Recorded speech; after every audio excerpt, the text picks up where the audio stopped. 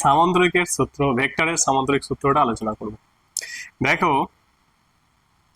তো সামান্তরিক সূত্রটা কি, যে দুটি ভেক্টর, যে কোনো দুটি ভেক্টর যদি কোনো সামান্তরিকের দুটি সন্নিহিত বাহু দ্বারা প্রকাশ করা যায়, তাহলে সামান্তরিকের দুটি সন্নিহিত বাহু দ্বারা কোনো দুটি ভেক্টরের মান ও অভিমুখকে যদি নির্দেশ করা যায়, তাহলে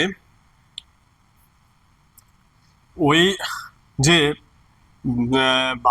বাহুদ্বয়ের যে সংযোগ বিন্দু, সেই সংযোগ বিন্দু দিয়ে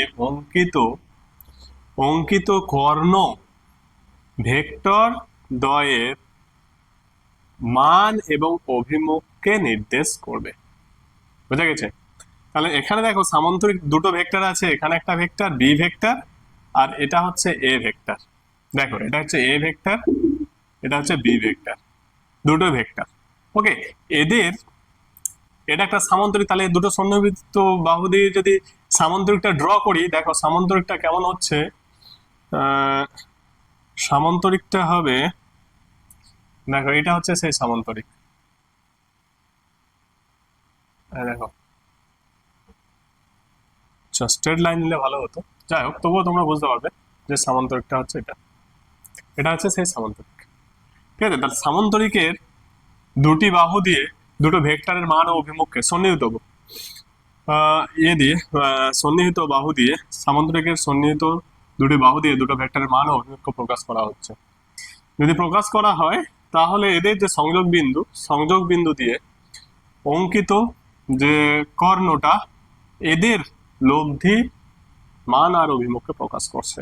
তাহলে এখানে হচ্ছে এই ভেক্টরটা, এইটা হলো এদের লব্ধি। তাহলে এখানে লব্ধি এস ভেক্টর ইকুয়াল টু দুটো ভেক্টরের লব্ধি।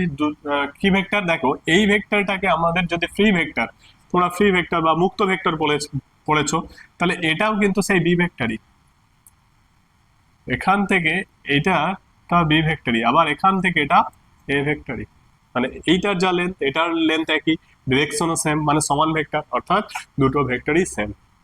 তাহলে ভেক্টরের যে কোনো ল থেকেই পাবে এ ভেক্টর, এটা হচ্ছে বি ভেক্টর, তাহলে A vector plus B vector, এটা হচ্ছে ভেক্টরের যোগফল। এখন কি করতে হবে? এখান থেকে আমরা এই ভেক্টর দুটোর মান এবং অভিমুখ নির্ণয় করতে হবে। মান আর অভিমুখ কি করে নির্ণয় করব? মান আর অভিমুখের নির্ণয়, দেখো এটা বুঝে গেছো। তাহলে আবার এখানে সেই ট্রায়াঙ্গেল দিয়েই আমরা কিন্তু এটার মান আর অভিমুখ বের করতে পারি। তাহলে এখান থেকে একটা ড্র করব, কি পারপেন্ডিকুলার ড্র করলাম এই অক্ষের উপর, মানে কার উপরে?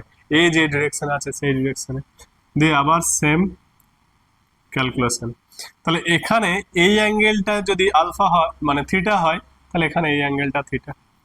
ওকে, তাহলে এখানেও সেই একই ফর্মুলা, মানে যোগের ফর্মুলাটা চেঞ্জ হবে না, এটা একটা কিন্তু ভালো জিনিস। এস ইজিক্যাল টু, মানে হচ্ছে এর মড ভ্যালুটা, okay, mod of S vector, এর ম্যাগনিটিউডটা S equal to root over same S equal to root over, কি আসবে এখানে? S equal to root over A square plus B square plus 2ab cos theta, এটাই আসবে। cos theta means angle between angle A আর B এর মধ্যে angle. দেখো ত্রিভুজ সূত্রতে আমরা কি পেয়েছিলাম? তাহলে ত্রিভুজ সূত্রতে আমরা পেয়েছিলাম, এখানে দেখো কি ছিল, ও বি স্কোয়ার, তাহলে মড এস ছিল এখানে, সরি এটা মড এস এর হোল স্কোয়ার, তাহলে মড এ ছিল এখানে, রুট করে দিতে হবে, S equal to root over A square plus B square plus 2ab cos theta। Okay, এখানে এটা বেরিয়েছে, আর এখানেও কিন্তু সেম ক্যালকুলেশনই রয়েছে।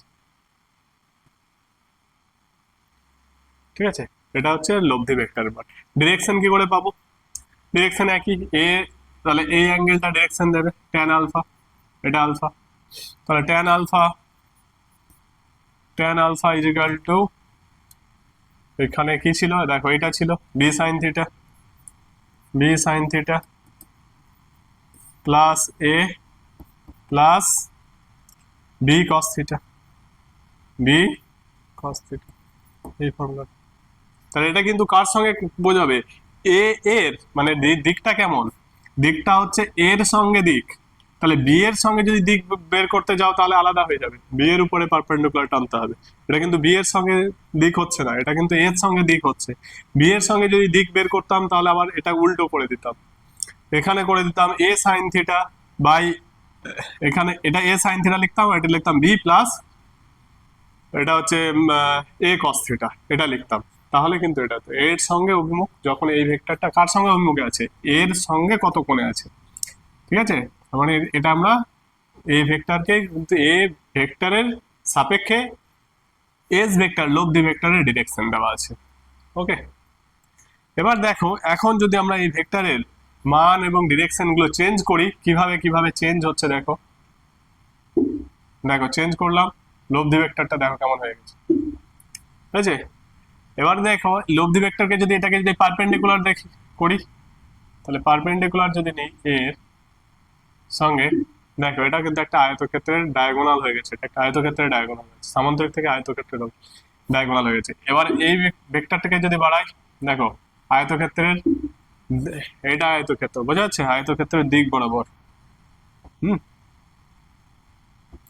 দেখো আয়তক্ষেত্রটা কেমন রয়েছে, এই যে আয়তক্ষেত্র, এই আয়তক্ষেত্র, তো এখান থেকে রেজাল্ট্যান্ট এ সবগুলোই পাওয়া যাবে।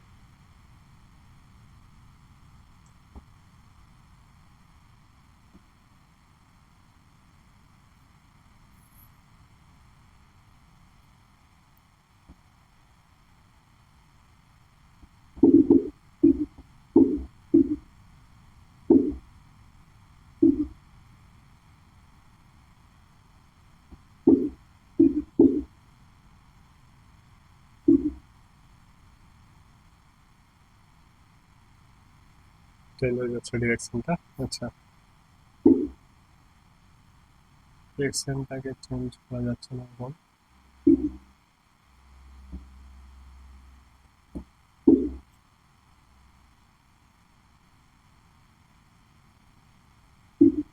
ওকে, আচ্ছা অনেকটা ধরে নাও এটা অনেকটা আয়তক্ষেত্রই তৈরি হয়। এখন এ ভেক্টরকে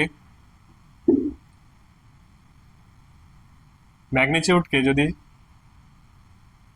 এটা ফ্রি ভেক্টর হয়ে গেছে বুঝেছো, যে কোনো জায়গায় মুভ করা যায়।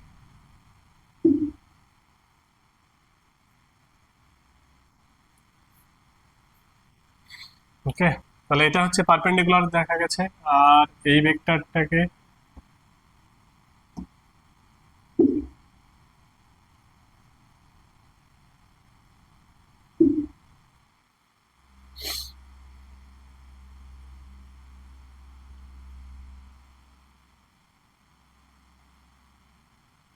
দেখো তাহলে আমরা মান কিন্তু বিভিন্ন ভেক্টরের মান বিভিন্ন রকম ভাবে বিভিন্ন অ্যাঙ্গেল চেঞ্জ করে, বিভিন্ন ভ্যালু চেঞ্জ করে, ছোট করে বড় করে আমরা কিন্তু রেজাল্ট্যান্ট দেখে নিতে পারি, তাহলে একটা ভিজুয়ালাইজ করতে পারছো, ঠিক আছে। ভেক্টর দেখো এটা অ্যাঙ্গেলটা যদি দিয়ে দাও কেমন হচ্ছে, বুঝতে পারছো, এটা যদি বড় করো তাহলে কেমন হবে, দেখেছো।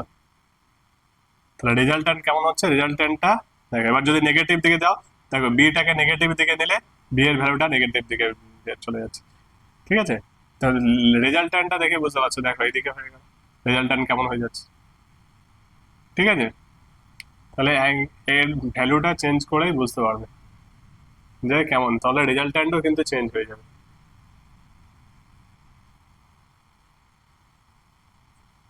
ঠিক আছে। বিপরীত হয়ে গেল, এ আর বি ভেক্টর দুটো অপোজিট দিকে, বিপরীত না মানে তোমার দুটো বিপরীত অভিমুখ। এই পয়েন্টটাকে যদি সরানো যায়, আচ্ছা এই পয়েন্টটাকে দেখো সরিয়ে দিচ্ছি, এটা কি ছিল, A vector B vector, resultant, resultant দেখো এখানে আছে রেজাল্ট্যান্ট, ঠিক আছে। ভ্যালুটাকে কমাও, ঠিক আছে, তো ভেক্টরের রেজাল্ট্যান্ট এখানে পেয়ে যাবে, ঘোরাতে থাকলে রেজাল্ট্যান্ট ভেক্টরটাও ঘুরছে, দেখ অ্যান্টি ক্লকওয়াইজ ঘোরালে অ্যান্টি ক্লক রেজাল্ট্যান্টও ঘুরবে। ওকে, ভিজুয়ালাইজ করতে পারলে তোমরা, তাহলে ভেক্টরের যেভাবে যেদিকেই নাও না কেন রেজাল্ট্যান্ট ঠিক সেরকমই আসবে। ওকে, ভিডিও ভালো লাগলে লাইক করে দিও।